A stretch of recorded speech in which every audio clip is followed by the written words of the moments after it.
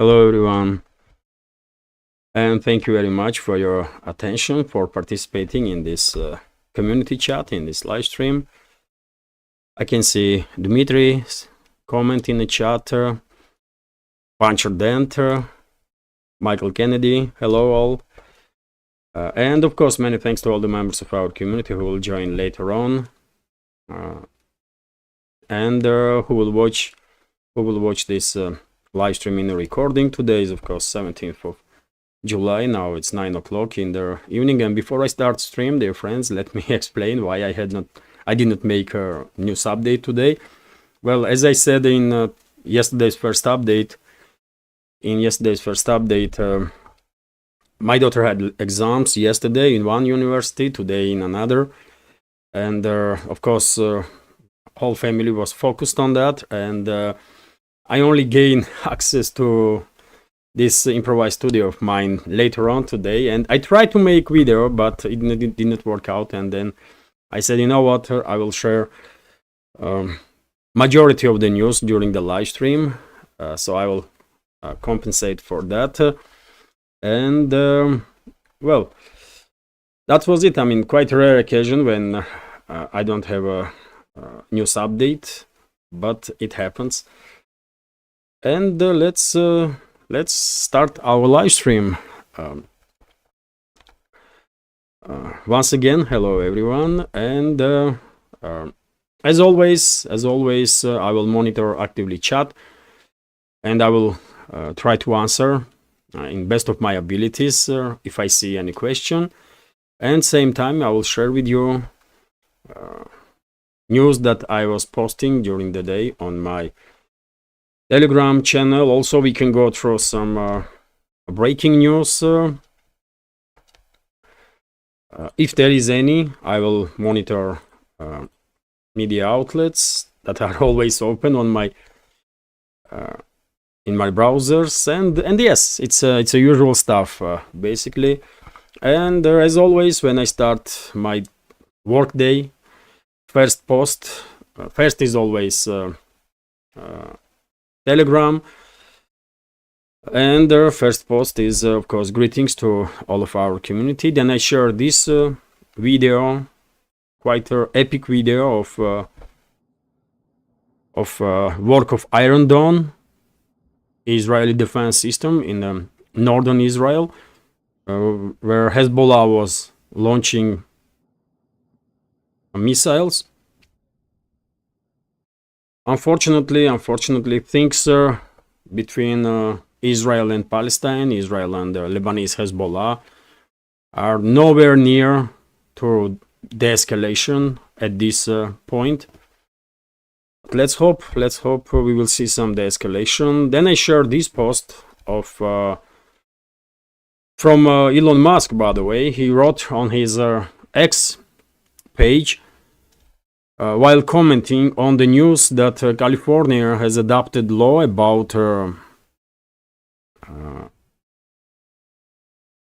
it's about some LGBTQ stuff, and Elon Musk commented, this is the final straw because of this law, and there are many others that preceded it, attacking both families and the companies. SpaceX will now move its headquarters from Hawthorne, California, to Starbase in Texas.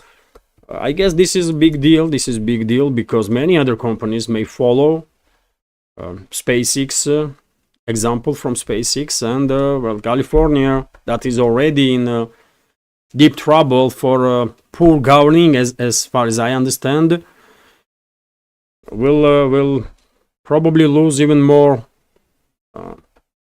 revenues from the taxes. And I guess SpaceX is a big taxpayer in California. Jerry Kogan is commenting, good evening, and Luan and friends, I am not working tonight, so I can make the live stream. At least it's been a while. Thank you, Jerry, for your attention. Good to see you during the live stream. Nidish Kumar is here. Hello, Nidish, Fletcher Flanagan is here. Hello, everybody, dear friends. Nice to see you. And Maria Palmer is here. So it's a big deal, dear friends. As far as I understand, our friends from US, members of our community, can share their opinion. But if California continues, California and also other states that are run quite poorly by Democrats, because they should be exceptions. I'm very far to make assumptions that all states that are run by Democrats are in bad shape. Probably not, but California clearly needs some proper management. New York City, by the way, New York needs some proper management, as far as I understand, because it's some mess there. But yet again, members of our community from US know better, and they can share their opinion on this. But I think this is a big deal. Also, I share this information, by the way, this short episode of the interview of Yuval Noah Harari, representative of the World Economic Forum, advisor to the Klaus Schwab. And he is saying that if Trump becomes a president again in 2024, it will be the final death blow to the global order. I don't know what kind of global order this particular individual is talking about. If he means that this will be election of the Trump will be a big blow for globalists, neolibs and fascists of all sort, then that's a good stuff, by the way. That's a good stuff. So and all that rules-based order, by the way, that officials in Biden's administration love to talk about. What rules-based order? What that even means? I don't know. But yet again, if Trump will become president, and that will somewhat minimize negative influence of those crazy globalists, I think that's a good deal. That's good stuff. But yet again, it's a decision of US citizens who they are going to support, and let's wait and see. Let's wait and see. Nidish Kumar is commenting, it will be end of WEF and left elites. Yes, maybe they are afraid of that, because awakening is happening. I almost said происходит, which means happening. Awakening is happening worldwide, in the Western states also, and more and more people are asking questions. What the hell is going on here? Who are these people that no one elected but are making these gatherings in some places, in Davos, Mavos, somewhere else, and making decisions about our lives, and they are telling us openly that we will have nothing and will be happy? What the hell? We don't want that, isn't it? We clearly don't want that. So yes, if it's gonna be final straw to these crazy globalists, then great. Why not? Then I share this information, by the way. Boris Johnson somehow, some ways end up in Republicans gathering in US, and he had a meeting with a Republican conference, or whatever name is of that gathering, when Trump was officially nominated as a presidential candidate, and Vance his running mate. So somehow Boris Johnson ended up there, and unfortunately Trump spared his time to talk to Boris Johnson, and well, I commented, by the way, here on X, also Twitter X, that Trump should stop talking to prostitutes, especially on political and geopolitical issues, on issues of war and peace. And I think this is good advice. He should stop spending time on this kind of criminal individuals like Boris Johnson, and that kind of people. It's just a waste of time. I know Trump had a good relationship, somewhat friendly relationships with Boris Johnson, but it is clear that Johnson is a tool in hands of some very influential groups in the Western ruling class that Trump is not part of, because exactly that group is opposing Trump, right? That group is all in support of Biden's administration, warmongers, neolips, neocons, and so on. Michael Kennedy is commenting, still better than Trudeau. Yes, possibly. Possibly yes, because it is difficult to be worse than Trudeau. He decimated Canada, by the way. I really feel, who will tell me like 20 years ago or 30 years ago that I will ever say anything like that, but I truly feel sorry for Canadians, by the way. There are so many videos on internet when Canadians are expressing their negative attitude towards Trudeau, his government, these years that he's basically destroying the social fabric in Canada that I don't know, man. So yes, I have to agree, by the way. Johnson probably was a better prime minister for UK than Trudeau is for Canada. In that regard, yes. But still, Trump should be careful, because during his first presidency, we all remember, isn't it? Trump has very interesting statements. He highlighted some policies that would be helpful for this world, for US and for this world also. But then somehow neocons managed to derail Trump's presidency, and in significant ways, and in many directions, even Trump supporters were somewhat upset. Many Trump supporters were upset that neocons had the better of Trump. Maybe this time things will be different, because there is certainly some sort of, in my understanding, civil war inside the Western ruling class, and groups that are supporting Trump don't really go well hand to hand with those neocons and the rest of the company there.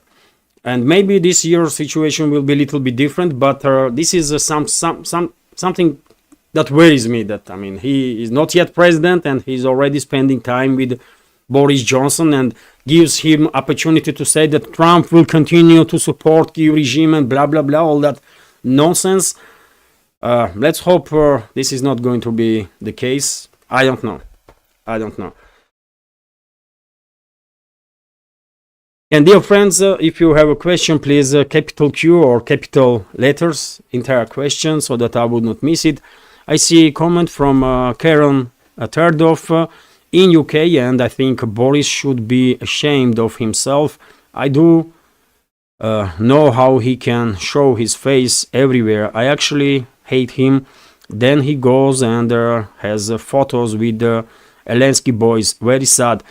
Well, this is very controversial figure, Boris Johnson, especially after what he did in 2022, when he was used by Western ruling class as a tool, one of the tools, to derail peace process, peace talks between Moscow and Kiev, and all that blood, all that bloodshed and destruction is on his hands also.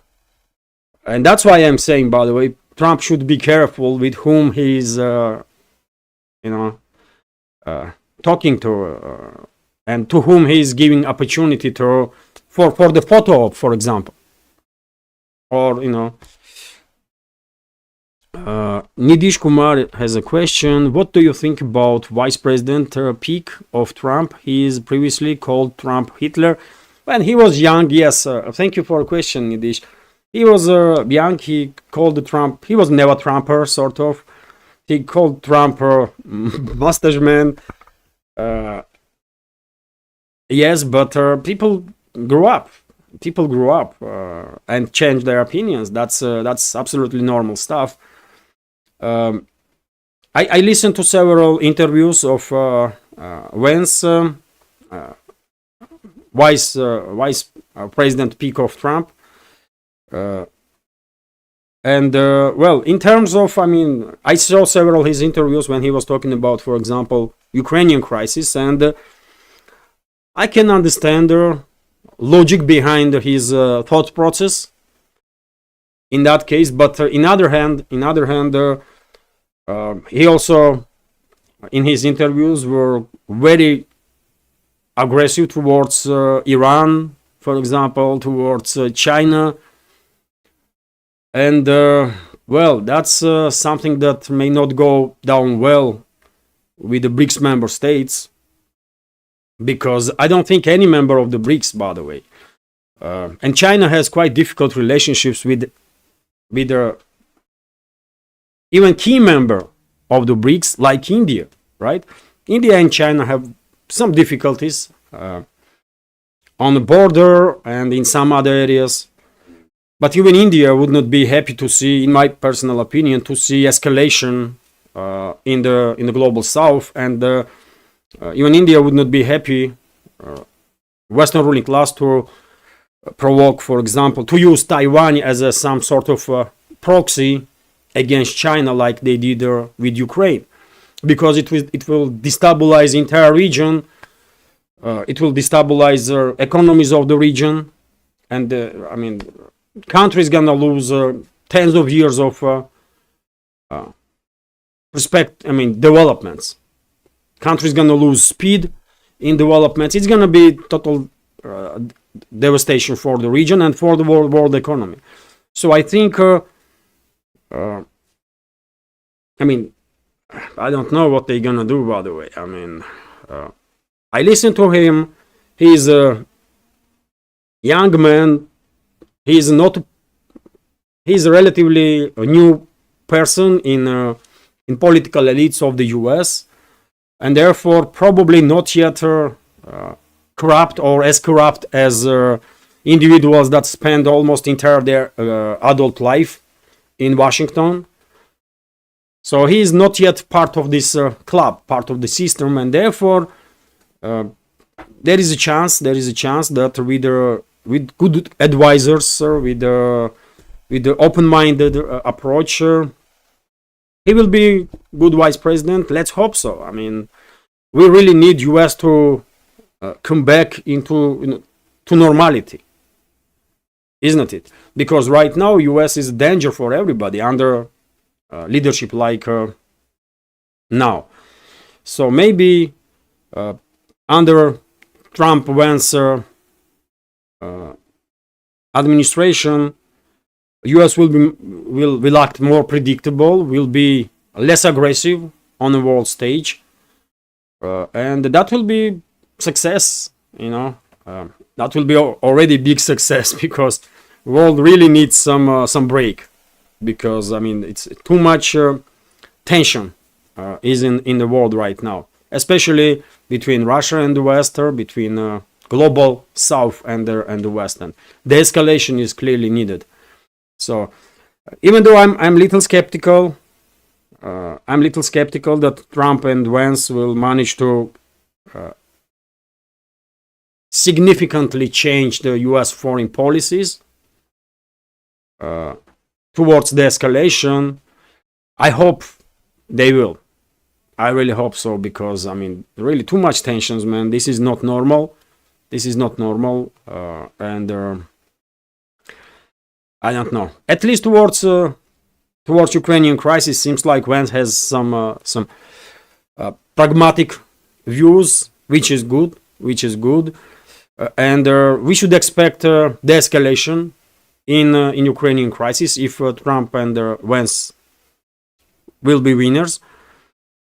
But same time, I mean, yes, we want to see de-escalation between Russia and West. We want Ukrainian crisis to end finally, but same time we don't want to see another confrontation between West and the global South in Asia Pacific, isn't it? So I don't know. Time will tell. There is reasons to be a little optimistic, but there is also reasons to be cautious. So I don't know. But Many experts, by the way, in independent media, said that Vance is a good pick. At least many experts that opinion of whom I respect. For example, Alexander Mercuris, while commenting on this situation, he was not critical of this decision.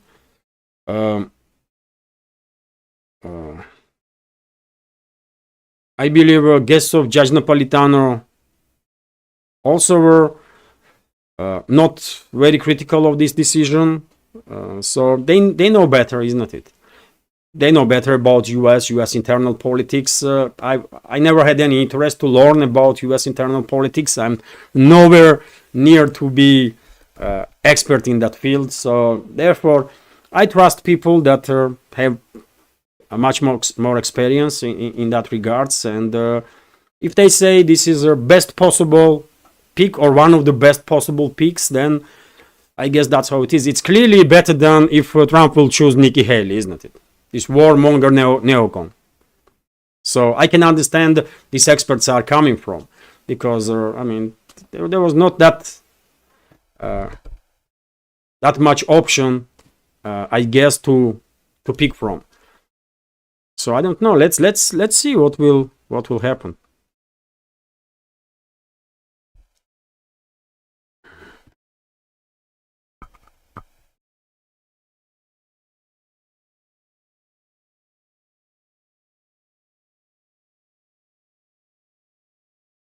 And dear friends, I don't see questions for now, and therefore I will continue with the Telegram reports. Then I share this information. This is also interesting, that Perseids starfall can be seen in Moscow from tonight. And this starfall will last for until August, and the most active day of this meteor shower will be on 12th of August at 23 o'clock. This is for Moscow, I guess Moscow region also, but of course this nice event can be seen from other regions of this world. Also, small meteorites, when they fall into atmosphere, of course they are burning, and this light, that's how this name starfall comes from. If sky is clear, I will definitely watch, and one day I want to buy telescope, by the way, not a huge one obviously, because they're quite expensive gadgets, but relatively okay ones, so that during this kind of events you can you can take good look to the skies.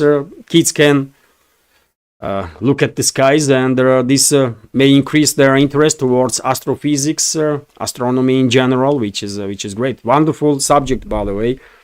I love to read or listen to experts from this field of astrophysics, astronomy and physics, by the way. Both subjects are just phenomenal. I see a question. Neville Finlay is have a question. Do you think Hungary will leave the EU? Maybe you have covered that topic, as I am late on here. Hungary is under unbelievable pressure, isn't it? And unfortunately for Hungary, unfortunately for Europe, EU bureaucrats are crossing red lines on daily basis now. And one of the red lines being humiliation of their member state or member states leaders, which can be seen by citizens of the member state as their humiliation also. And Hungary is undergoing exactly that process right now, because we all see how how Western or European bureaucrats are acting, isn't it? And they're not just Brussels bureaucrats, but also some officials of EU member states, which is even more despicable and undiplomatic gesture from their supposed to be allied countries. And therefore, I can see frustration in Hungary, among Hungary's political leadership, among Hungary's society. I can see Eurosceptics numbers to rise in Hungary, but I mean, decision to leave EU is it's not gonna be easy decision. It's not gonna be easy decision, and I don't know. Theoretically, it's a possibility. If Hungarian people really are as much upset that they don't want to have anything to do with this organization EU that pretends to be state, but I don't know. Hungary needs some alternatives, because otherwise they're gonna end up alone. Not alone. I mean, together with Serbia, together with Slovakia, under heavy pressure. But if Hungary has some good alternatives, let's say BRICS, Shanghai Cooperation Organization, BRICS, if Hungary has some guarantees, because leaving EU means losing big money, by the way. Huge investments into Hungary's economy. Trade between Hungary and EU member states will become very difficult. And therefore, if BRICS will provide this emergency support that Hungary will need in the case of leaving EU, then, and NATO also, because NATO member state cannot join BRICS or Shanghai Cooperation Organization. So if BRICS countries will provide necessary emergency assistance, I don't know, theoretically it is possible that Hungary will take this step, but right now and in the near future, I don't think so. That will happen. I don't think Hungary will leave EU, which is unfortunate. But I mean, as I said, it's very complicated, isn't it? It's very complicated. It's easy to say, but to do so. Therefore, of course, Hungary's government have to work with all the pros and cons and make decisions based on best interests of citizens of Hungary, and that's what they will do.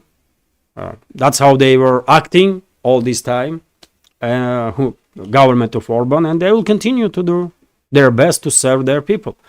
So this is my answer, dear friends. It's not easy.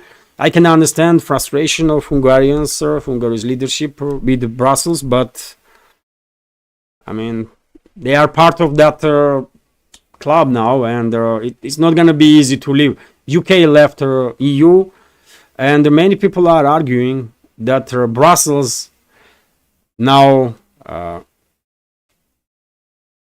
trying, not now, but since UK leave EU, Brussels bureaucrats are trying as much as they can to damage UK's economy. There are some issues in the trade between UK and Europe, and there are many other issues, by the way. So it's not easy, and this is UK, by the way, that has US support behind it. Hungary in little more difficult situation that UK was during the Brexit, in my personal opinion. But yet again, it all depends on citizens of Hungary, of course.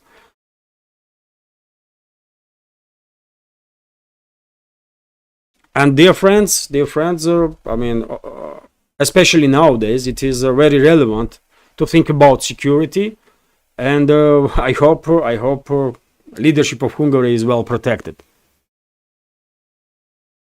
because as it was with Trump, when neolibs, neocons attacked him to kill his personality, it was attempt of character assassination.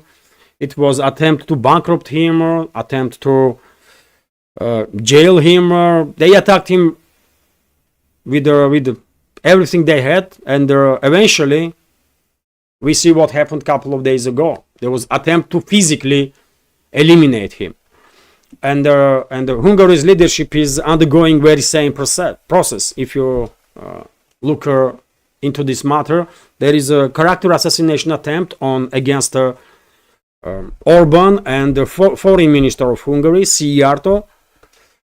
They are, certain groups in Europe, media outlets, are trying to demonize Hungary's leadership, and at some point they may go even further than that and do some crazy, or not directly give orders to do, to take them out, but create a situation when some secret services somewhere may act against them.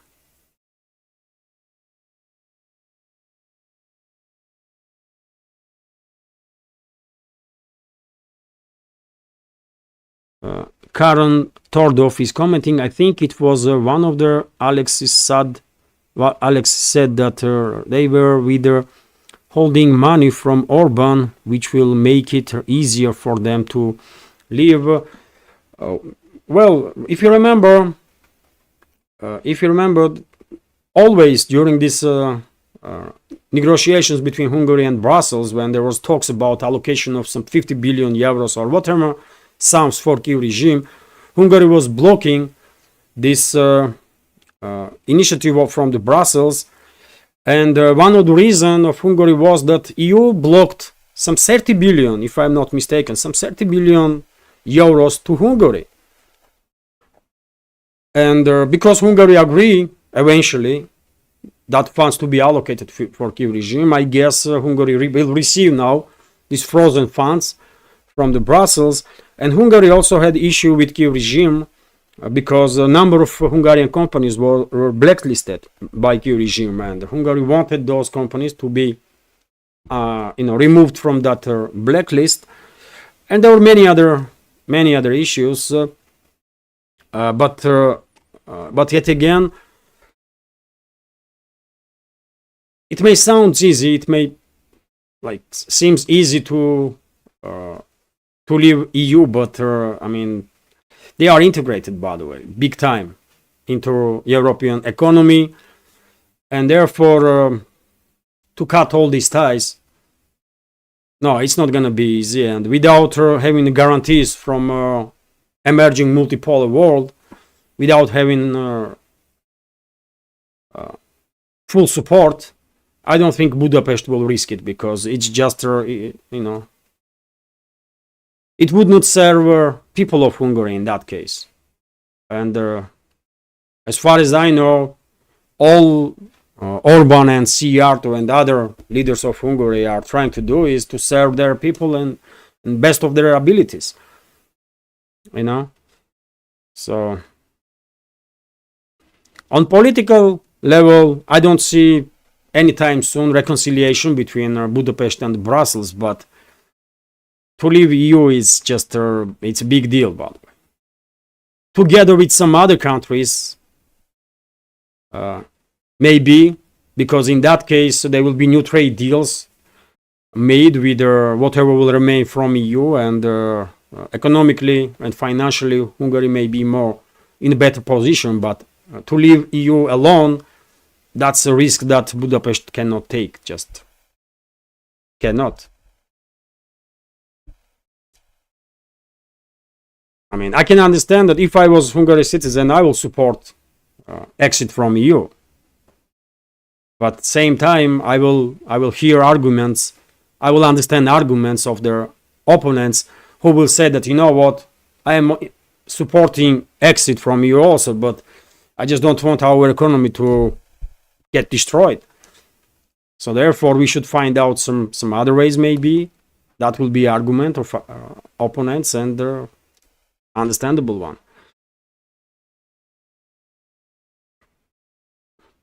Although, I mean, yet again, if we have members from Hungary in our community, they can share their opinion. It's their opinion that matters, isn't it, first of all? And dear friends, let's continue. And next post was exactly about Hungary, by the way. And Peter Szijjártó, foreign minister of Hungary, in New York, I believe, in UN, he was interviewed by journalists, and he said that pro-war EU politicians are unhappy with what Hungary's leadership is doing, and he's absolutely correct. He's absolutely correct. They're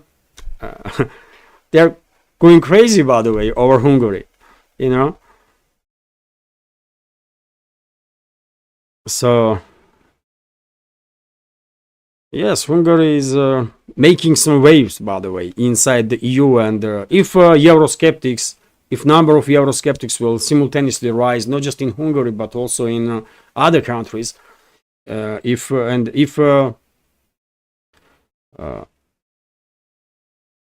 EU's collapse will be, if many countries will leave EU simultaneously, well, that's a whole different story, of course. That will be also devastating in many ways for EU member states' economies, but not as much as if one country just decides to leave. Michael Kennedy is commenting, UK needs to get rid of its Supreme Court set up by Blair and go back to its semi-constitution based on Magna Carta. Well, I'm not quite sure UK's government remembers Magna Carta at all. I mean, for at least 2-3 decades, by the way, in policies of UK, I did not see any instance when government there listened to people on the crucial points, beginning from, let's say, Iraqi war, when vast majority of UK citizens were against UK's involvement, but government lied to people and without public authorization, without UN's authorization, after all, went to that war, and UK became a participant of that horrible war crimes that coalition forces committed in Iraq, as a result of which, according to some reports, over 1 million people died, by the way. And Iraq is still in ruins, isn't it? Iraq, is still in ruins, still divided, and I'm not even sure that Iraq has a future as a united country, because Kurdistan, in Kirkuk area, they are semi-autonomous now, and probably don't really take any orders from Baghdad. Majority of Iraq is, of course, Shiite Muslims, especially in Basra side, right, in the coastal areas. There is also Sunni minority. Country is divided, by the way. Country is divided on sectarian, ethnical lines, and country is in ruins. And why? Because of that invasion. I am quite sure there was other ways to deal with Saddam Hussein, but not total destruction of the country. So since that time when UK citizens were completely ignored and their opinion, I did not really see any point when government listened to people on whenever crucial decisions were made. Some may argue Brexit. That's it. Some may argue Brexit was that single point when, yes, maybe people had their voice heard.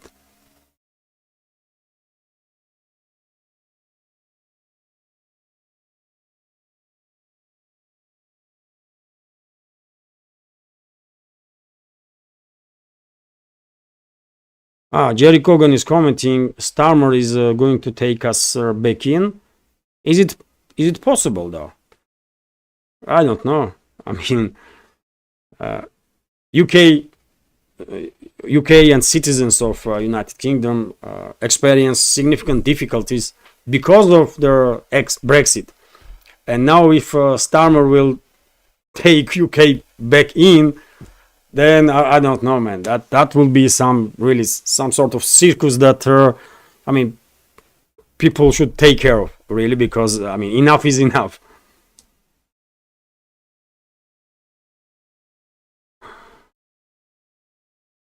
Let's continue, dear friends, and well, German coalition set to pass 2025 budget, and in this budget, Germany will have a military aid to Ukraine in 2025 from 8 to 4 billion. Germany will have its military aid. There was I see several reports about this topic during the day that in Germany's next year's budget there are only 50% of funds for Kyiv regime that is in 2024. But yet again, one should keep in mind that Germany is sending not just money but also military equipment, and maybe this decrease in money volume is not due to decision of Scholz's government to steal less, let's say, or enrich less military industrial complex or something, or to spend less on Kyiv regime. No, simply probably there are not enough weapons left in the stockpile of Bundeswehr, isn't it? There is just Germany is demilitarized quite effectively, and therefore it is. I don't see how Germany can send same volume of weapons, for example, to Kyiv regime in 2025 that they did in 2023 or 2024, and that's why number is low than in this year's spendings. This is my understanding of the situation. Otherwise, if Germany had enough stockpile of the weapons, of course they will continue to increase money spending for Kyiv regime, because this money goes, vast volumes of this money eventually goes to military industrial complex, right? And into the pockets of the corrupt officials. But because stockpiles are probably empty in many cases, they cannot operate with that scam as easily as in previous years. That's all, I guess. Jerry Cogan is commenting, Starmer has a huge majority in parliament and he has a 5-year term. He can do almost anything now with the meaningful political opposition. Their MSM also backs him. Well, I mean, people will revolt. I don't know how British society feels now, but if Starmer will move UK back to EU, which seems to me a crazy idea, really, especially because through what UK and UK citizens went through because of the Brexit in the first place. I mean, if Starmer will take back now UK, that's as I said, man, that's crazy. That's just crazy. And I'm not gonna say people will revolt, but if I was UK citizen, I will definitely try to protest this kind of policy. That's for sure. But it is yes, it is also factual that Starmer Labour Party has a huge majority in the parliament, and I mean, I agree with you, Jerry. I mean, you know better than I do UK's political life, and I agree with you. I mean, they can most likely do whatever they want without any real obstacle, because there is no meaningful opposition really in the parliament. That's also factual, isn't it? Dave H has a question. Have you any idea how long Russian troops spend at front before rotation? Oh, I don't have factual information on that matter, but I guess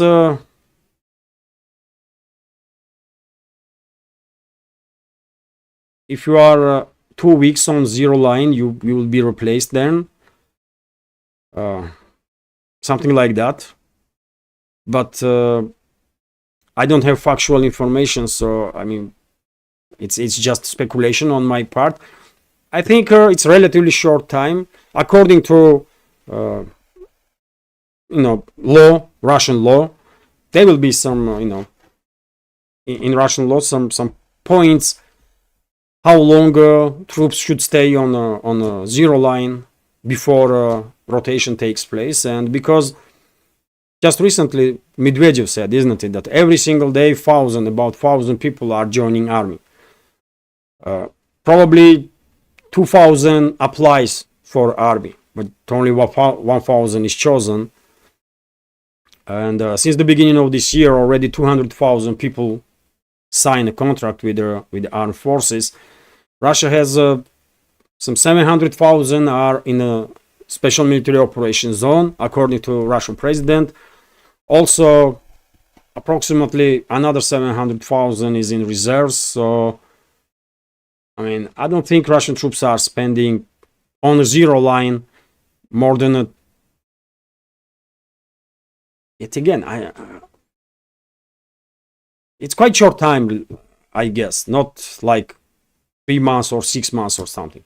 Probably 1 week, maybe 2 weeks, because yet again there is difference, isn't it? Zero line, it's when you are in close combat. So I don't think troops in the zero line will stay more than several days or 2 weeks without rotation, because it's just immense pressure, mental pressure, psychological pressure, and physical pressure.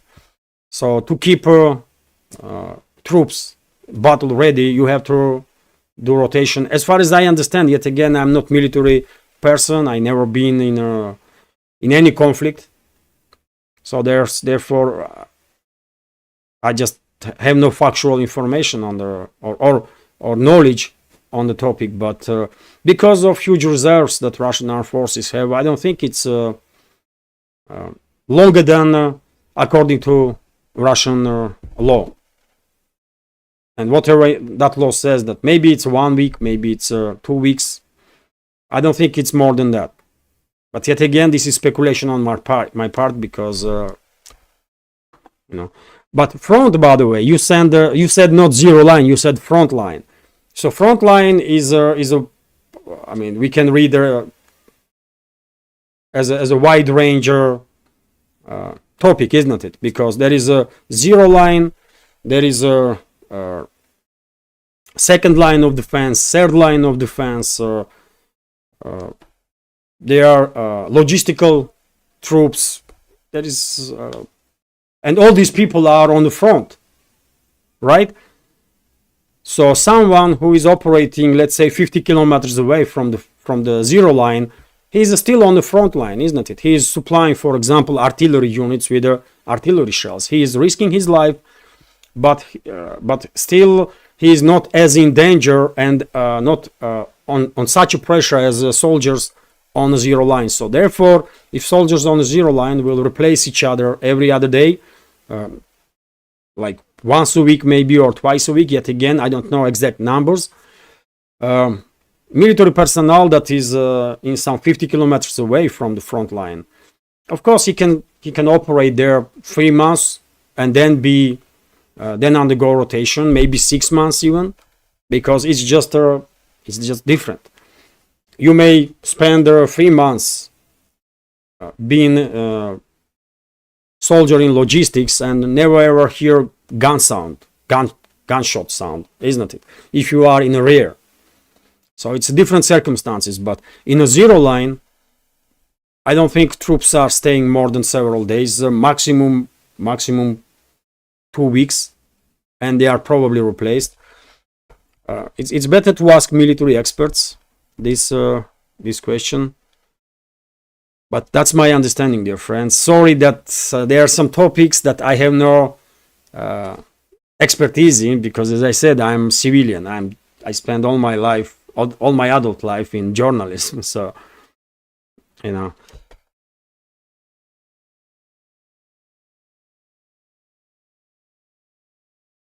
So there, dear friends, simultaneously I will of course monitor Boosty and donation alerts.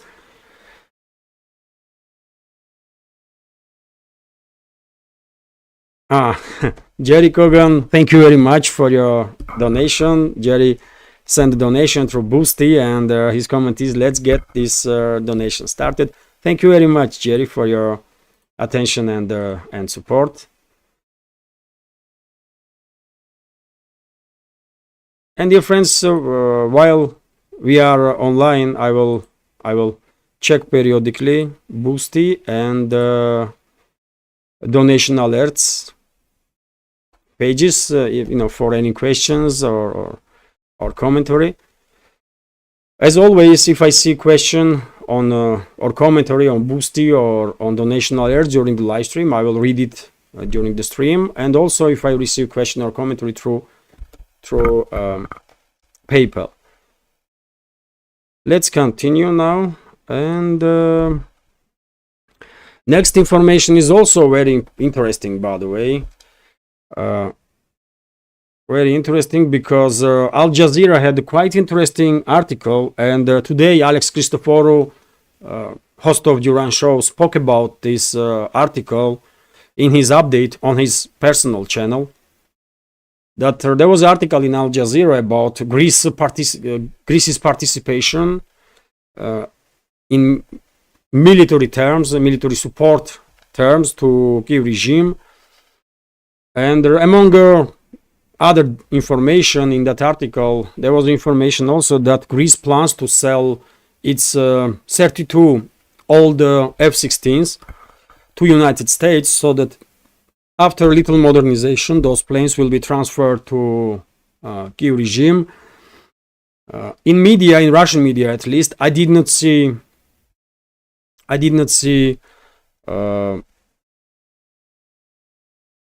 any additional information from Greece. I did not see any reaction of the Greece government. It would be nice to hear, is it true what Al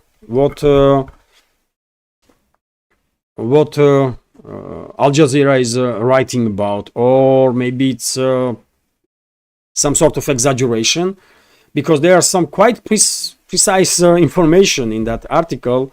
Once again, I did not read it, but I listened to Alex Christoforou's reaction on it, his comment on it, and well, he also mentioned that it would be good if Greece government will say something about it, for God's sake.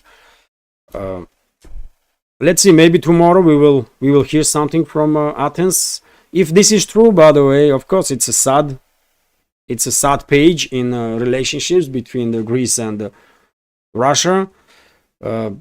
I don't think this will influence relationships between the people in a negative way. Greek people are our brothers and will be our brothers forever. But government of Greece is well, I mean, they are puppets of Washington, by the way. They are puppets of globalists, and they will do whatever they are ordered to do. Only way they will refuse to obey orders is if Greece society will put some pressure on the government.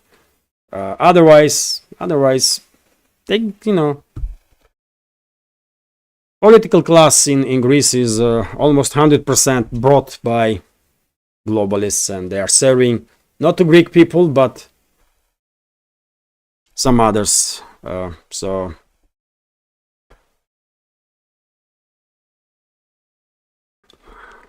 but sad, by the way. If this is true, it's unfortunate. It is always unfortunate when you see deterioration of the relationships between the countries that's supposed to be allies, by the way, for historical, cultural, religious, for every possible reasons that can exist. And Greece is one of the countries with whom Russia should have a greater relationships. Vadim Sagida is commenting Orthodox brothers. Exactly. Greek people are our Orthodox brothers and sisters, and this will never change. No matter how crazy Greek government gonna act, by the way, this is true. But it is still sad to see deterioration of the relationships between the countries. It is what it is.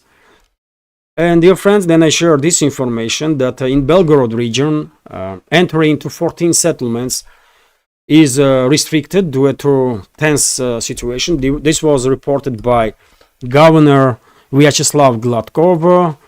Checkpoints will be installed at the entrances, and public transport will be prohibited from entering populated areas. To get there, you will need to submit an application, and only adult men wearing bulletproof vests and accompanied by the military personnel will be allowed in starting July 23rd. Access to 14 settlements will be limited. And dear friends, this is important because as we all know, in Kharkov region situation is very tense, and we have two directions in Kharkov region. One is the northern direction, Volchansk and Liptsi areas where Russian Armed Forces creating buffer zone, and other sector of their activity is of course Kupiansk direction. And lately we have situation when a number of sources are predicting, including military channels, are predicting Russian sectoral scale offensive operation towards Kupiansk, and also, by the way, sectoral scale offensive operations of the Kiev regime towards northern parts of Kharkov region, towards Liptsi, Volchansk, and some other areas. Some sources are reporting that Kiev regime, for this reason, already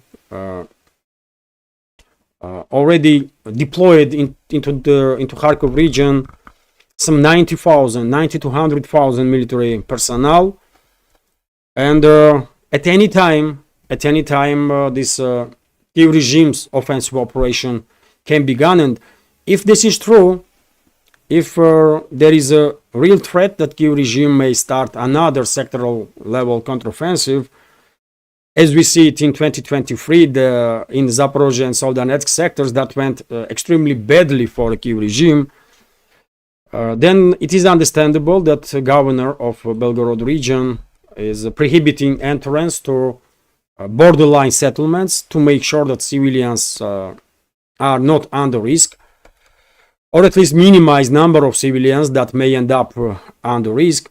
When it comes to this possible Kiev regime's counteroffensive, dear friends, you probably remember, veterans of our community most likely do, that I was saying way before, why this map is not working. Let's open it again, and well, unfortunately map is not working properly.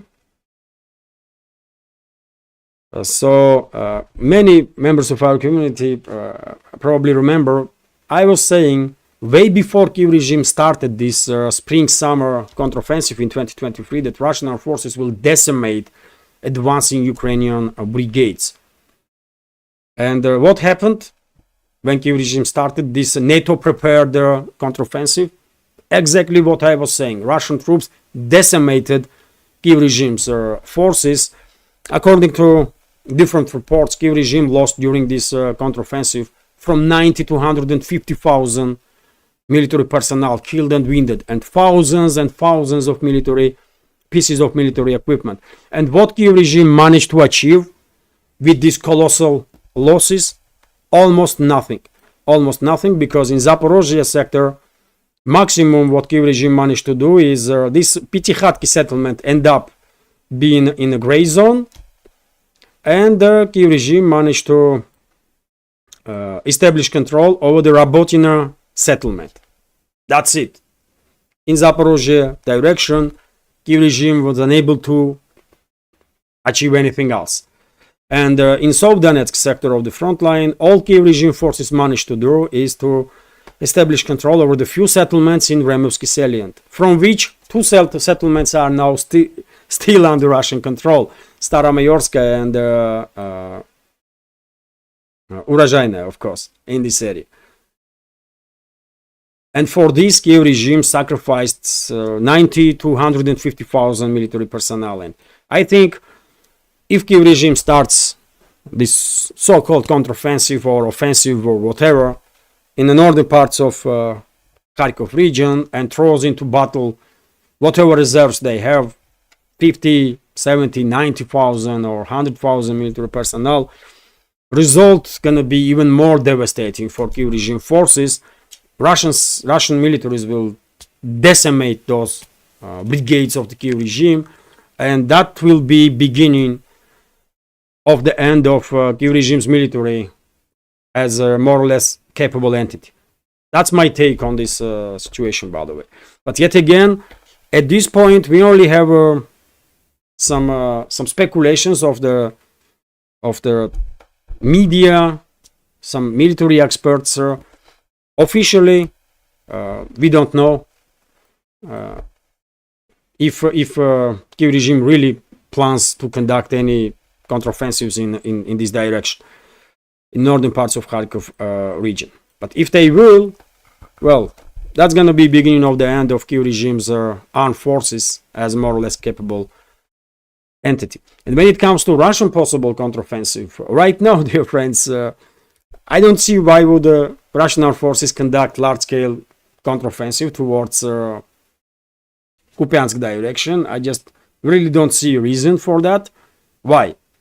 This active mobile strategy works perfectly well. Russian troops are demilitarizing Kiev regime forces on daily basis quite successfully, and almost every day we are receiving information about liberation of this settlement and that settlement, because on many directions Kiev regime defense lines are collapsing. And therefore, obviously, even though it's an active defense strategy, of course, Russian troops have no option but to move forward, to move line of contact westwards in the areas that Kiev regime's defense lines collapsed, and then start all over there again, create some traps for Kiev regime forces, and do all that stuff that was done in the previous line of contact. But we clearly don't see arrow style of like large-scale offensive operations, because it's not necessary. And I shared my take on this situation. I was always saying that, well, while Russian armed forces conducting using this mobile defense strategy, we should not expect some arrow Russian offensive operations, because as yet again it is not necessary. But once we see that Kiev regime forces are collapsing all along the front line, not just in one sector or another, but all along the front line, when we clearly see end is near of the Kiev regime's forces, then we should expect, yes, large-scale, only then we should expect large-scale Russian offensive operations, because in that way Russian side will minimize casualty numbers and damage and destruction on the ground, which is key priorities for Russian side. So therefore, right now, I'm kind of skeptical that we will see some sectoral scale Russian offensive operation in Kupiansk direction. But who knows? Russian troops certainly are capable of conducting such operations. And we just 2 weeks ago witnessed another sectoral level Russian offensive operations in New York, Toretsk direction. And Russian troops are achieving quite significant progress in these areas, isn't it? So same can be done in Kupiansk direction, same can be done in Zaporozhye sector or Remevsky salient, where Russian troops are getting closer and closer to Ugledar, for example. So yes, technically speaking, Russian troops can conduct sectoral scale offensive operations on any direction. But me personally, maybe because I'm not military, and I don't understand all these strategies and stuff. Me personally, I don't see a reason why should the Russian side rush developments and conduct these sectoral level offensives. Why? Just use current active defense strategy, demilitarize your enemy, and when you see that your enemy is collapsing all along the front line, yes, then why not?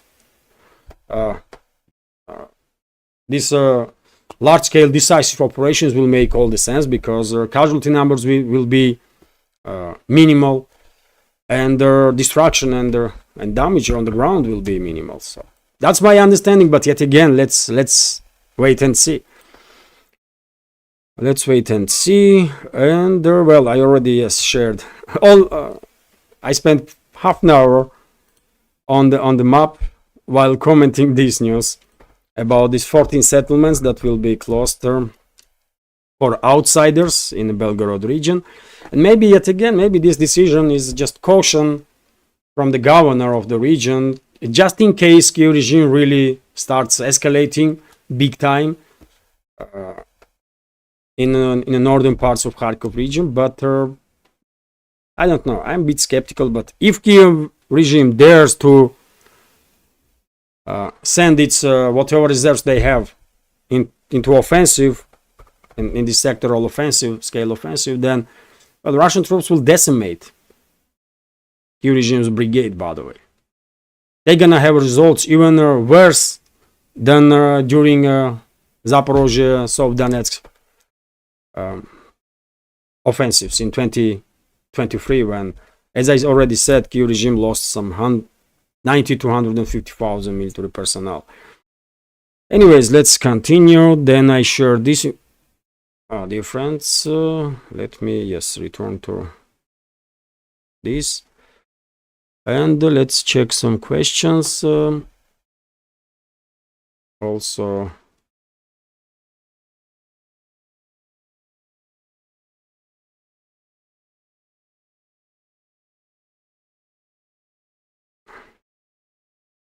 Jerry Kogan, thank you very much once again for your support, for your donation. And Jerry is commenting, let's see where everyone is from in our global community. Type in your location in the chat stream.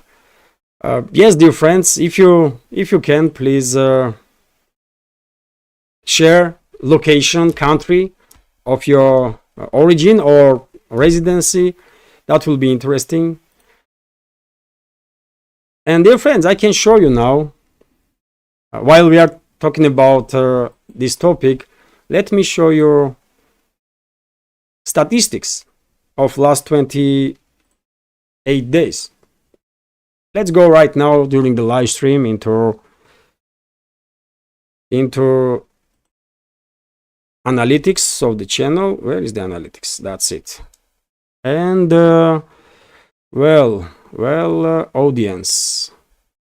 audience is here, and well, that's geography, by the way. And this is last 28 days according to YouTube statistics. Let's make this bigger, and let's go through numbers here. So in last 28 days, this is views, by the way. Views are from which countries? 22.8% of the views are from United States. 13.4% of views are from United Kingdom. That's the second place. 8.4% views are from Canada. 7.3% views are from Australia. 3.3% is from Germany. 2.6% from South Africa. Then 2.2% from Sweden. 2.1% from Netherlands. 1.6% from Ireland. Why Ireland? Why? Why not more? And by the way, also 1.4% from New Zealand. 1.3% is from Russia, by the way. So, and I mentioned this, isn't it, that about 1.5% of the views are from Russia, and I guess views from Russia are coming from immigrants, from the migrants from the English-speaking countries that are living in Russia now, and also probably from some embassies. Embassy staff is also when they have time off, probably they are checking some YouTube and Rumble, and they're watching some videos, and probably embassy staff is also watching. Unfortunately, no Russian businessmen are watching my show. Otherwise, I guess at least one person will decide to support my work and and give me some contract for advertising, but it is what it is, man. 1.3% also from France, 1.3% from Malaysia, and the list goes and goes, by the way. I mean, there is some 80 countries, right? 80 or 60 countries.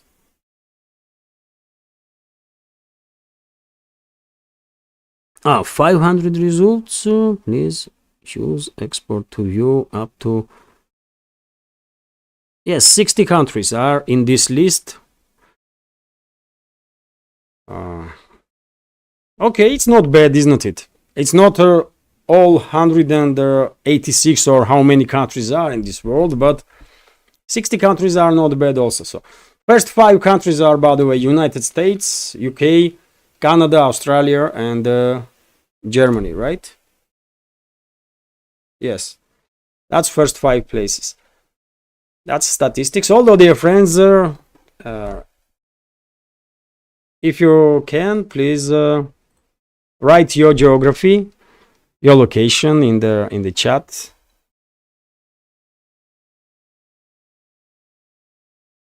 And yes, I see a question here. Grim44 is asking, has Russia imposed any sanctions on the EU? Oh yes, yes, of course. There was Russian retaliatory sanctions on EU member states, on some businesses, I believe, from EU. Also recently, just recently, by the way, about 2 weeks ago, Russia imposed sanctions as a retaliatory measure, by the way. Everything that Russia did was in retaliatory, as a retaliatory measure, reaction on their action of the hostile action of their EU. And just about 2 weeks ago, Russia sanctioned some 80-something media outlet from Europe as a reaction on EU's decision to ban number of Russian media outlets in EU. So yes, Russia is imposing sanctions also on EU member states, officials of EU, by the way, and you may find it funny. And also, I mean, collective West in general, US, Canada, some other countries from collective West, and you might find it funny, but President Trump's pick as his vice president, Vance, is also sanctioned by Russia. He is in a sanctioned list, and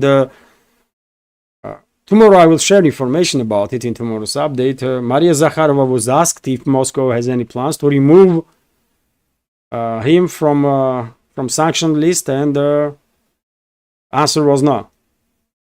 At least for now, Moscow has no plan to conduct some revision of their sanctioned personalities from US or any other country for that matter.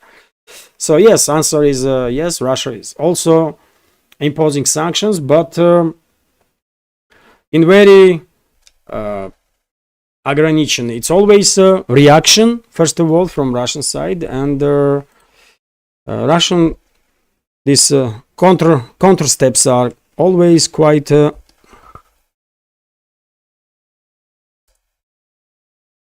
limited. Yes, that's the word that I was looking for. It's a quite limited countermeasures, because Russia is not about this sanction war and building this iron curtain between the West and Russia. No, we don't need this. And I'm quite direct also, by the way. I'm as a one citizen of Russia, for example, one citizen blogger or citizen journalist is always open, isn't it, about this confrontation that I see and we see between Russia and the Western states.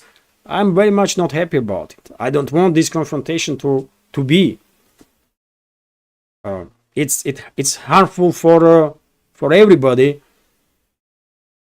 It's dangerous for entire world, and it don't benefits nobody. I mean, especially us ordinary people, isn't it? And I honestly don't see reason why should Russia and any member state of this collective West should be in hostile relationships. I just don't get it, you know. This Western ruling class, they are crazy, by the way. As soon as they will realize that the world is different now, They have to start respect other countries, other peoples, their opinions. Soon they realize this. I mean, sooner they will join this emerging multipolar world, and probably all these barriers will drop, I guess. But yet again, are those people that are in Western ruling class even capable of understanding that world is different? That world moved on while they are stuck in some, I don't know, 17th century or 18th century when they were dominating the world, or I don't know.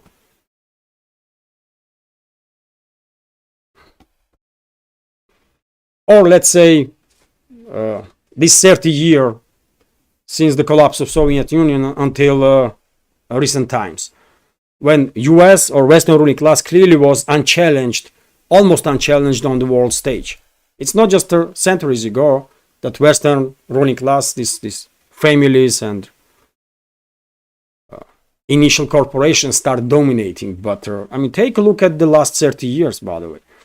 Western ruling class had a unique opportunity to be leader of this world, but they act in the way that the entire world is hating now them. People even inside the Western collective West are realizing that these people are crazy, by the way, and are danger for everybody, for all of humanity. You know?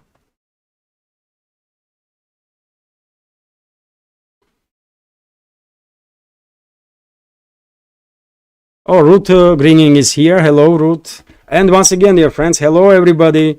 Thank you all for your attention and for participating in this stream.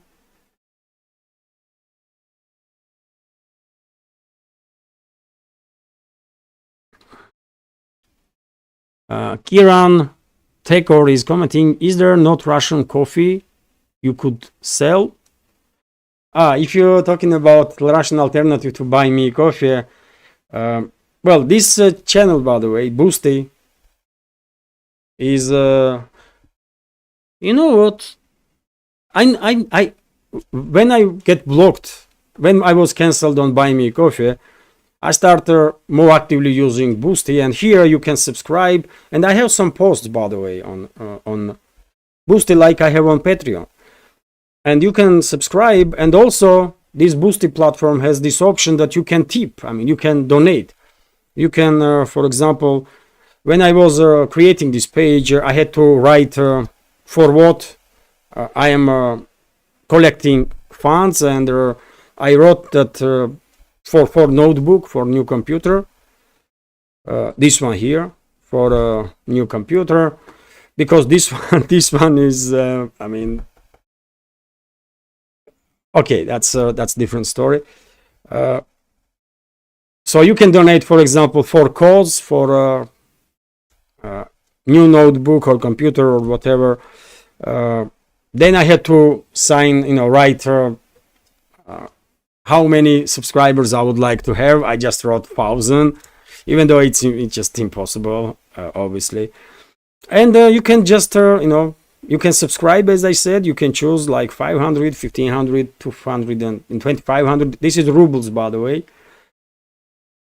You will see in your in money that in your country is in your country's currency, basically, when you open this page, and you can just donate. Somewhere should be button to donate, and you can just donate. And that's a platform that I find, by the way. Although, thank you for the idea. Maybe there is a Russian exact copy of Buy Me Coffee, Russian or Belarusian or platform that operates in Russia. I'm gonna looking for it, dear friend. Thank you very much. Thank you very much. I did not even think about it. That there may be some platform exactly like Buy Me Coffee, just with the different name. Buy Me, I don't know, tea, for example, or something.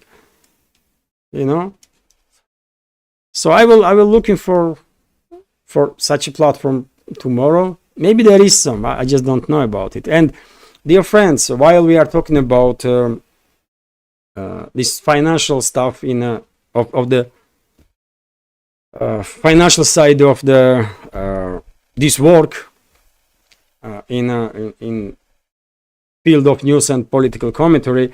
Let me thank Audrey, Neville, Shaman, Borsos, and Jennifer for their support on the PayPal since the last live stream. Thank you very much, dear friends. I appreciate your support. Thank you. And I forget what I was thinking about. I was planning to say something in response, but I forget it. Okay. Anyways, let's continue. And oh, dear friends, I remember today. I don't know if it's even interesting for you, dear friends, but after all, this is community chat, isn't it? First of all, and today it was the first time since I started this project, by the way, that I had a donation in bitcoins. And this today was the first time when I learned how to transfer Bitcoin into rubles, and then how to how to take this money on my bank account from the platform. And that was quite interesting experience, by the way. I hear so many times that you should have a crypto stuff and this and that, and finally I did it. And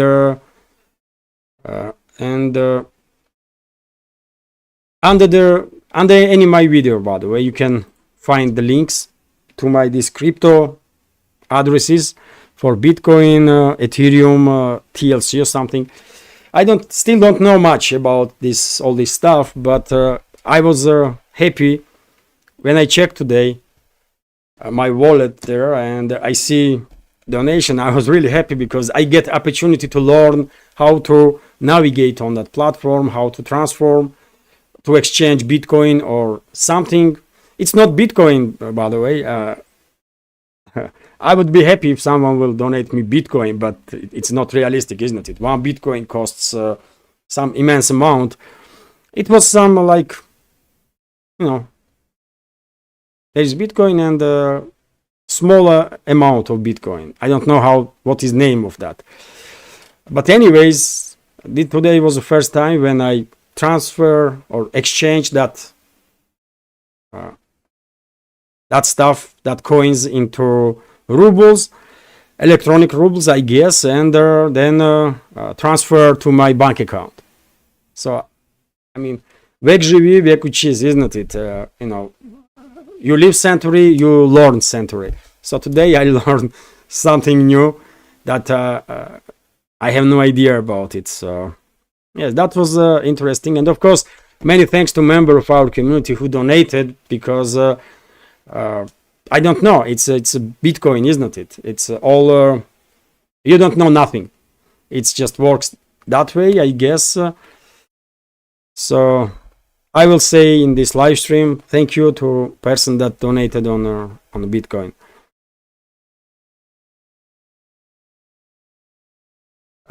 Z12IT.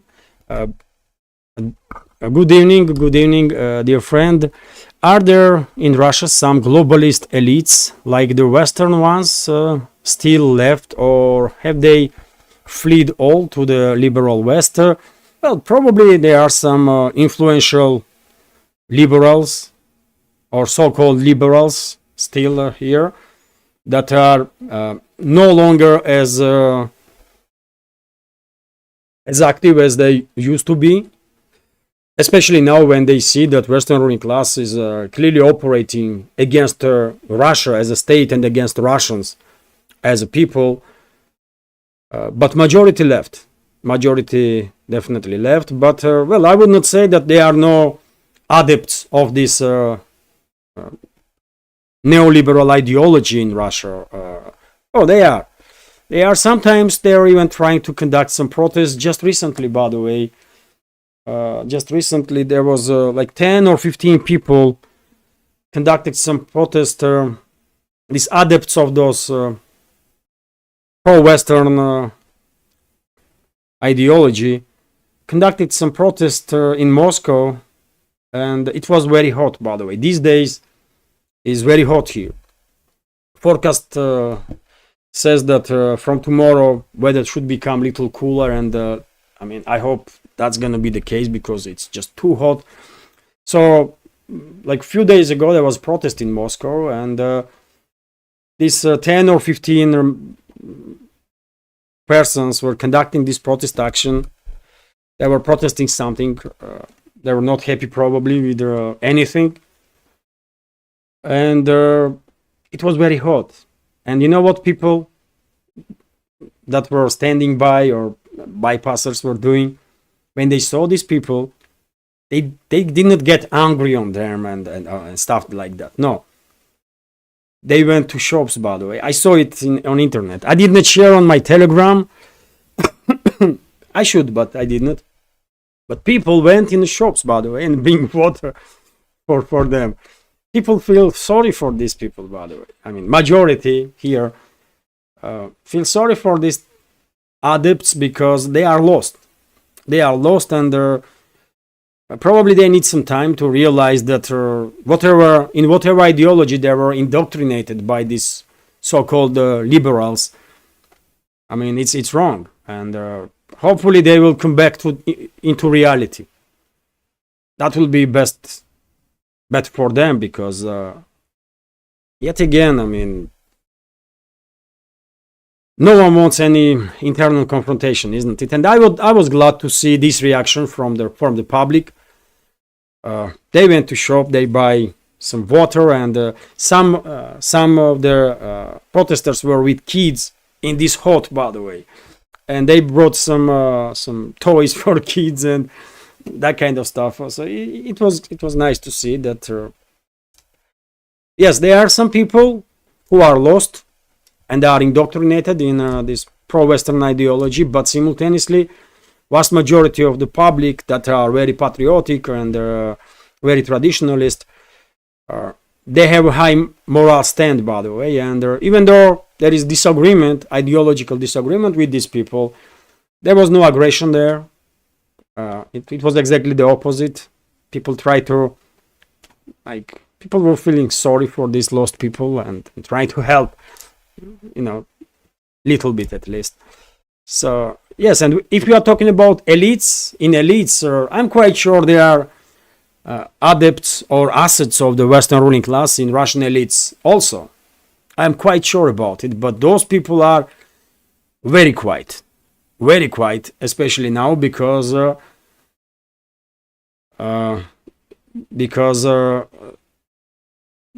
not gonna gain any political points if they start now. If they will come out in public now and try to create from themselves as some sort of opposition figure to what, really? To government, or to Russian sovereignty, or to patriotism, or what? I mean, they have no chance. They have no base, and therefore they will be quiet, and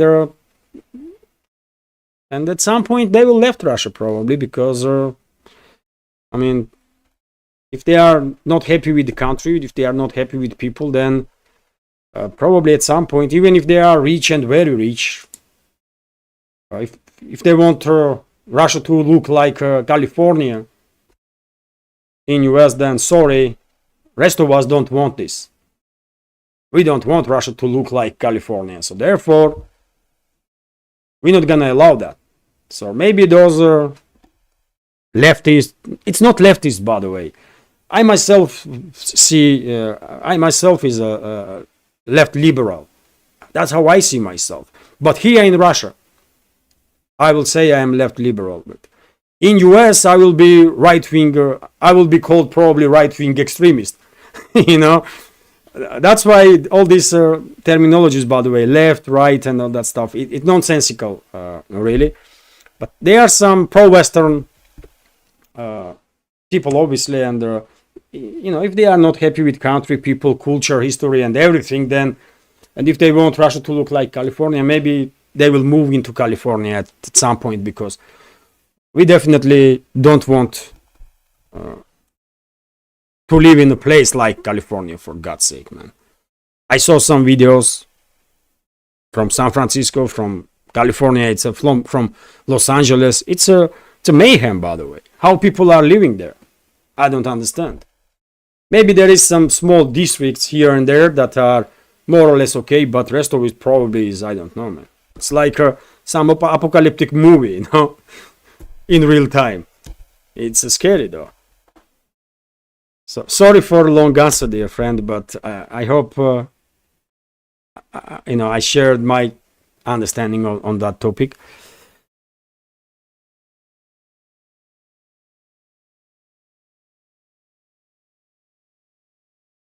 Z12IT is commenting where I'm talking about California.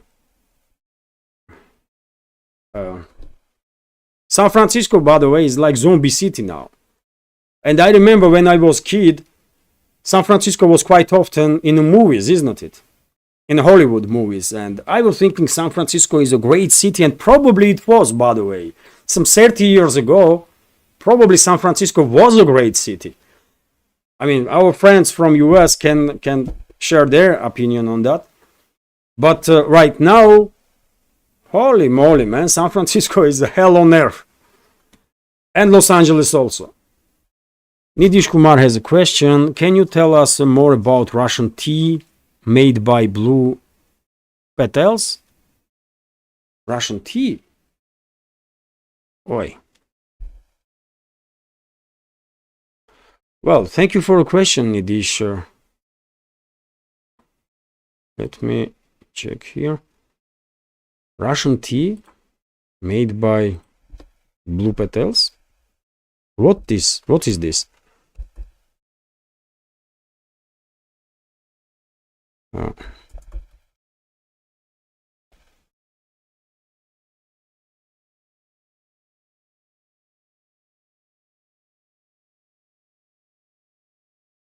I don't know.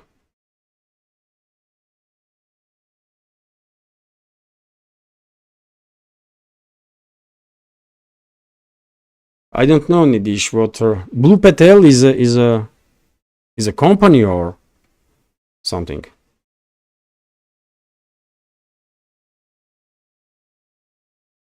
Sorry, Nidish. I have no idea what Blue Petal's Russian tea is. Is Blue Petal's company or Blue Petal's some kind of leaves from which tea is made? I don't know. Sorry. Как? Иван-чай? I don't know. Есть такой Иван-чай? Oh, my wife is telling me that there is Иван-чай, Russian tea. Good one. Good tea. Although, by the way, I don't drink tea. I drink coffee, so therefore I have no idea about. I don't really have much to say about tea. All I know, best tea in the world is on Sri Lanka, isn't it? On Ceylon, and India also has, of course, best tea in the world. That's the area where best tea is coming from. As far as that's all my knowledge on this topic, and some people may argue with me because I just don't know. I grew up on this knowledge that best tea in the world is on Sri Lanka, Ireland, and in India. That's all I know.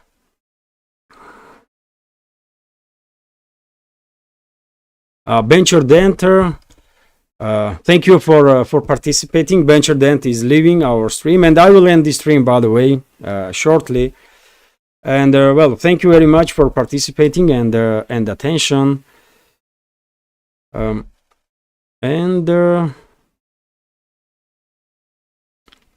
Hunger Mew is commenting. San Francisco used to be a great city before 1990. I have to agree with you, dear friends, because that was the expression that I had from the movies when I was kid. And San Francisco was featured in many movies. But I mean, now, wow. It's a scary place, by the way. How people are living there, I don't know. Especially families, by the way. If you are alone, okay, you are alone and you will deal with it. But if you have a family, kids, you know, are you gonna live in that, you know, area? I don't know. And Los Angeles is not any better as far as I understand. So. And New York, by the way, also.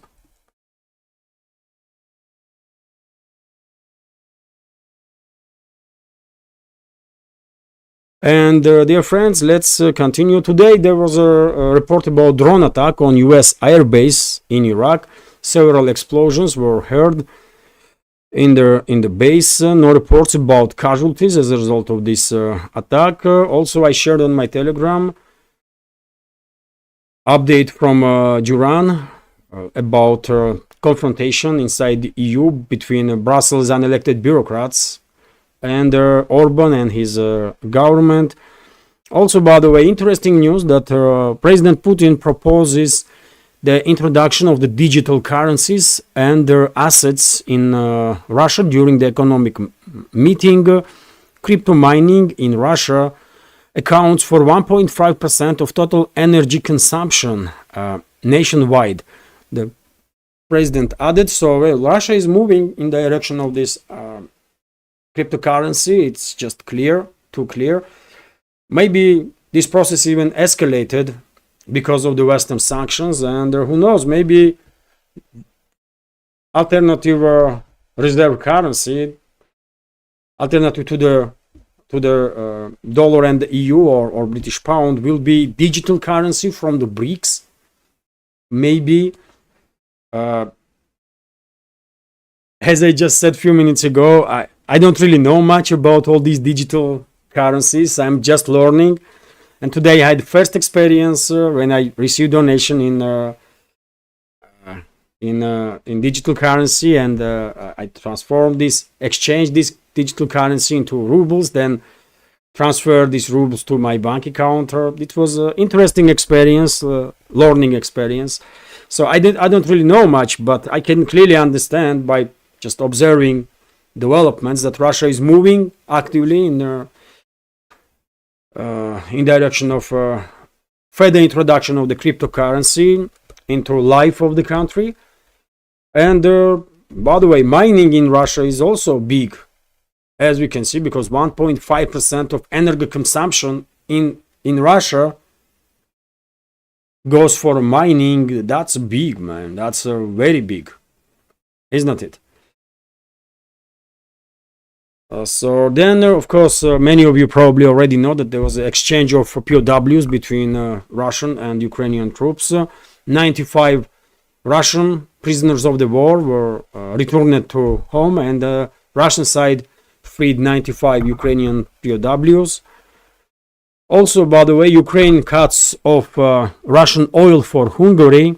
This is a big deal, by the way. This is a big deal, and Budapest will be forced to escalate with Kiev if behavior of Zelensky and his associates will not change. So Hungary and Russia are trying to resume oil deliveries by Lukoil, Russian oil company, after Ukraine imposed the tightest sanctions on Russian company. Ukraine's recent sanctions prohibit Lukoil from using the country Ukraine as a transit route.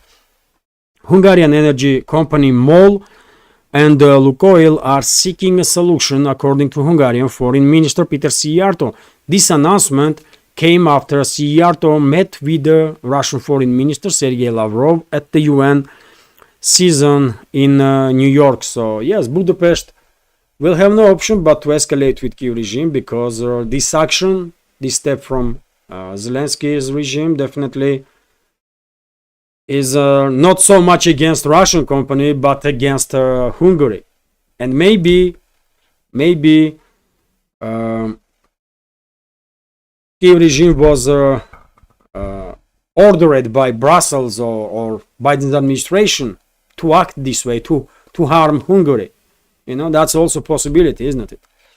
Then I shared today's update from Alex Christoforou, host of Duran show. Also, I shared video of destruction of the yet another self-prepared artillery system of the Kiev regime. It was a Lancet drone, I believe. So yes, it's a M109 US made self-propelled gun, and Lancet drone targeted this. It looks like Lancet, yes, and this self-propelled gun caught fire big time, and then was then this happened, by the way.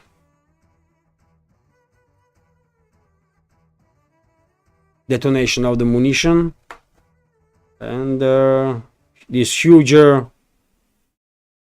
self-prepared gun M109 was blown up into pieces. Also, by the way, Sergei Lavrov made a very important statement today in UN. He said that Israel's military operation in Gaza produced twice as many civilian deaths in 10 months as the 10 years of conflict in Ukraine since the coup in 2014, since the 2014 coup d'etat in Ukraine. And he's correct. He is correct. I mean, you can clearly see a difference, isn't it, in approaches of the militaries of the two countries, Israeli militaries and Russian militaries. Russia actively engaged in this conflict just last 2.5 years with the Kiev regime, isn't it? But conflict in Ukraine started, civil war basically in Ukraine started in 2014 after Western regime sponsored and organized that coup d'etat against Yanukovych's government.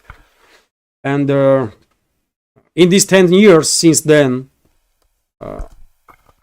unfortunately, about 20,000 civilians, 15 to 20,000 civilians have been killed as a result of this intense combat. While, and this is 10 years, by the way, while according to UN data, as a result of military operations of the Israel in last 10 months, up to 40,000 civilians were killed in Palestine, majority children and female and elderly. And I remember a recent report from Lancet, by the way, well-respected medical journal, which said that in reality, casualty numbers, death number can be as high as 186,000.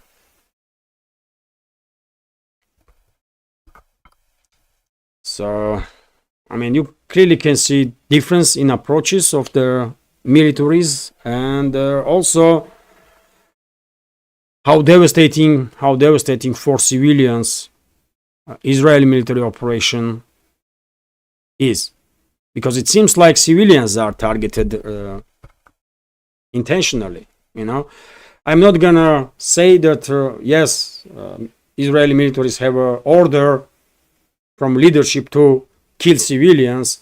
Probably they don't have such order, but they just don't care, it seems like, because when they blow up entire neighborhoods, and then they come up with the argument that maybe there was 1 or 2 Hamas fighters there. For God's sake, you just killed 200 civilians. What 1 or 2 Hamas fighters? What you are talking about?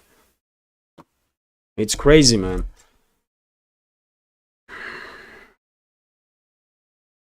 Hang Mo is commenting, M109 Paladin is a US Army self-prepared artillery system. Yes, US made artillery gun, and Russian troops destroyed dozens of those Paladins already on the battlefield.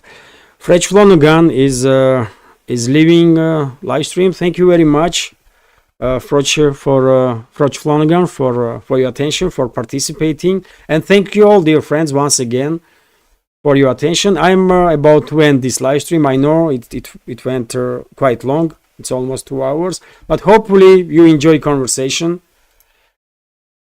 Then I shared information that EU Parliament backs Russian assets to be seized. What a surprise! What a surprise! And yes, this is it. Then I published the announcement of today's live stream. Nidish Kumar is commenting that Lancet lost all credibility during the COVID period with their propaganda. Maybe that's the case, dear friends. I don't read Lancet. I don't know much about that magazine. I just know, and I find out about it on Judge Napolitano's show, that Lancet had this article about research that was conducted by scientists from US, Canada, and Germany or UK, when they, come up with study that maybe 186,000 civilians are killed already as a result of this military operation of Israel. But yet again, obviously I cannot know for sure exact numbers because I'm not in Palestine, I'm in Moscow region. And dear friends, let me once again check here.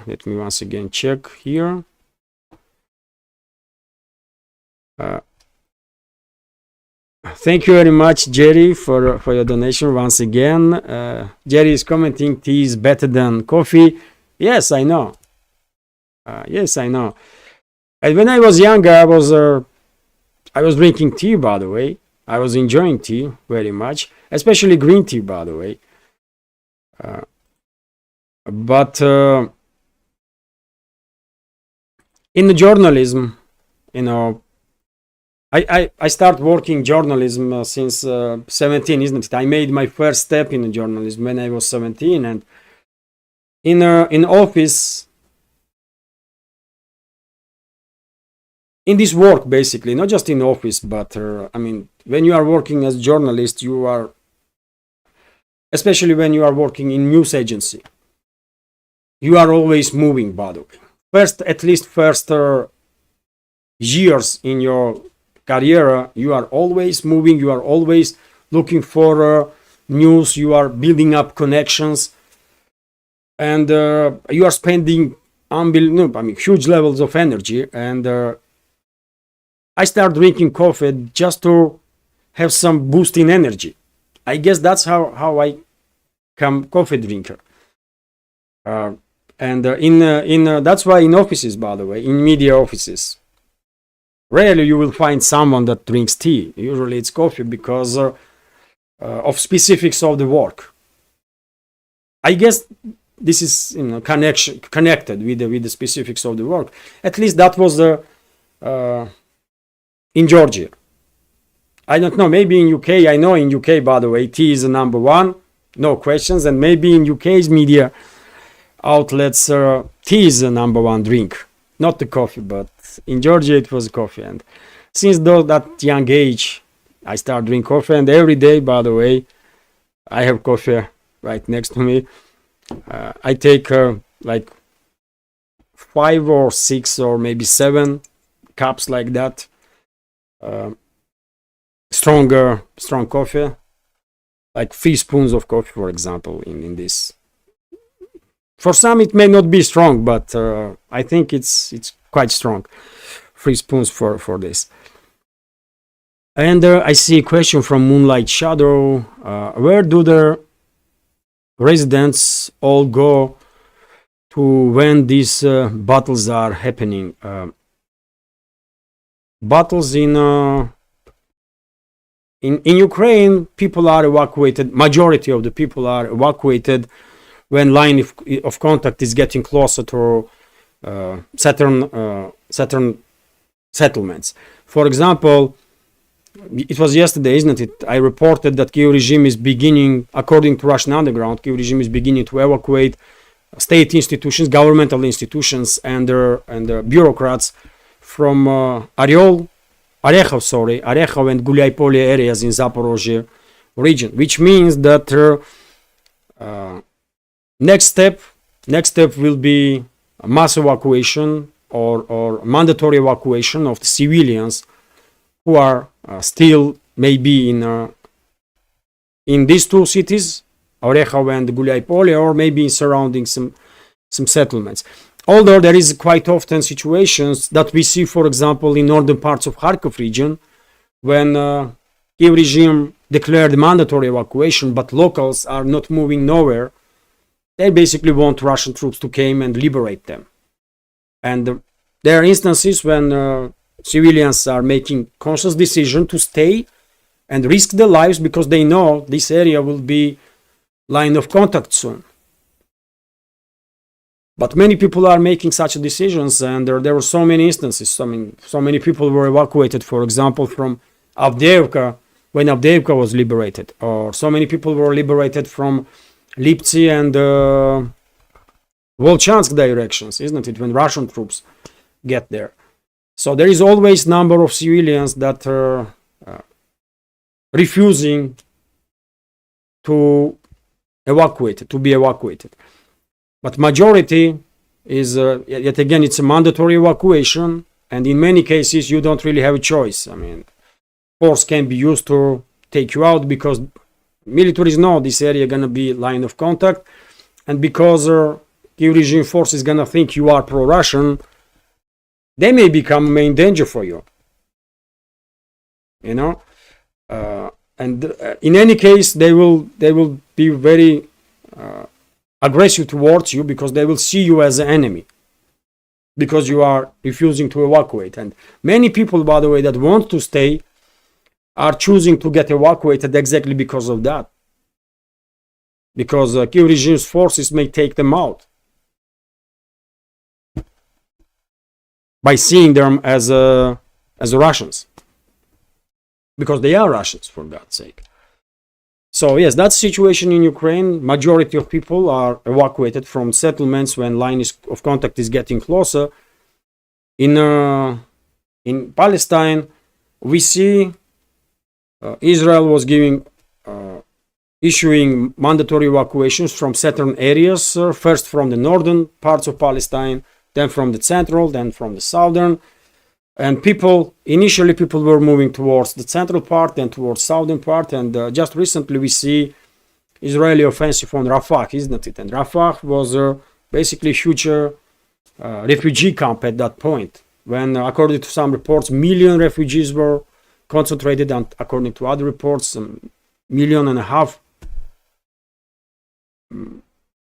million, 15,500,000 refugees were concentrated, and these people are just moving around of that area, and are getting killed by air bombs, by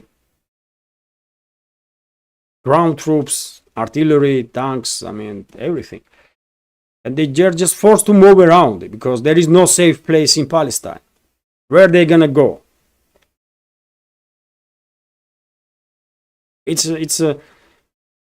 You would get scared, by the way, if you even imagine state that people are in Palestine. Ordinary, can you imagine your family are in a situation when there is no safe place, and you want to save your family members, you want to save your kids, but there is literally no place you can take your family so that they will be faced, because Israeli armed forces are bombing everything, just everything, literally everything. So I mean, it is what it is. That's why the entire world is shocked, by the way, by these actions. You know, people that are very much in support of Israel are shocked by this kind of behavior from Netanyahu's government. And Jewish people, by the way, are shocked to see, Jewish people all around the world, by the way, are shocked to see this kind of behavior from Netanyahu's government. But what they can do, I mean, nothing. Because Netanyahu don't listen to nobody. Probably there are just some small groups in the Western ruling class that Netanyahu may listen to. And that's it, really.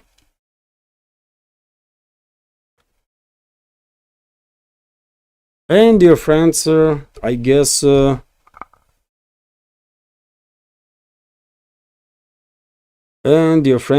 this is it. We had a good conversation, isn't it, dear friends? Carlos Gaspar is here. Hello, Carlos, and hello to everyone once again. And I guess I will end this live stream now. We really had a good conversation, and I enjoy this live streams, by the way, more and more, because I don't have to be like too focused, because when I'm recording videos, by the way, sometimes I spend, I don't know, man, 1, 2, 3 hours to record one 40-minute video, because I may forget to say this word, don't remember that situation or something. I have to record again, and then I go crazy on some topic, too emotional, which is also no good, and I have to record again. And live streams are great, by the way, because I just feel like I have a conversation with old friends. I mean, it's casual, informal, just a friendly chat. So thank you very much for this, dear friends. Thank you all for attention, for participating. And of course, many thanks to all the members of our community who will watch this update later on. I will end this stream now. Have a great day, and see you tomorrow.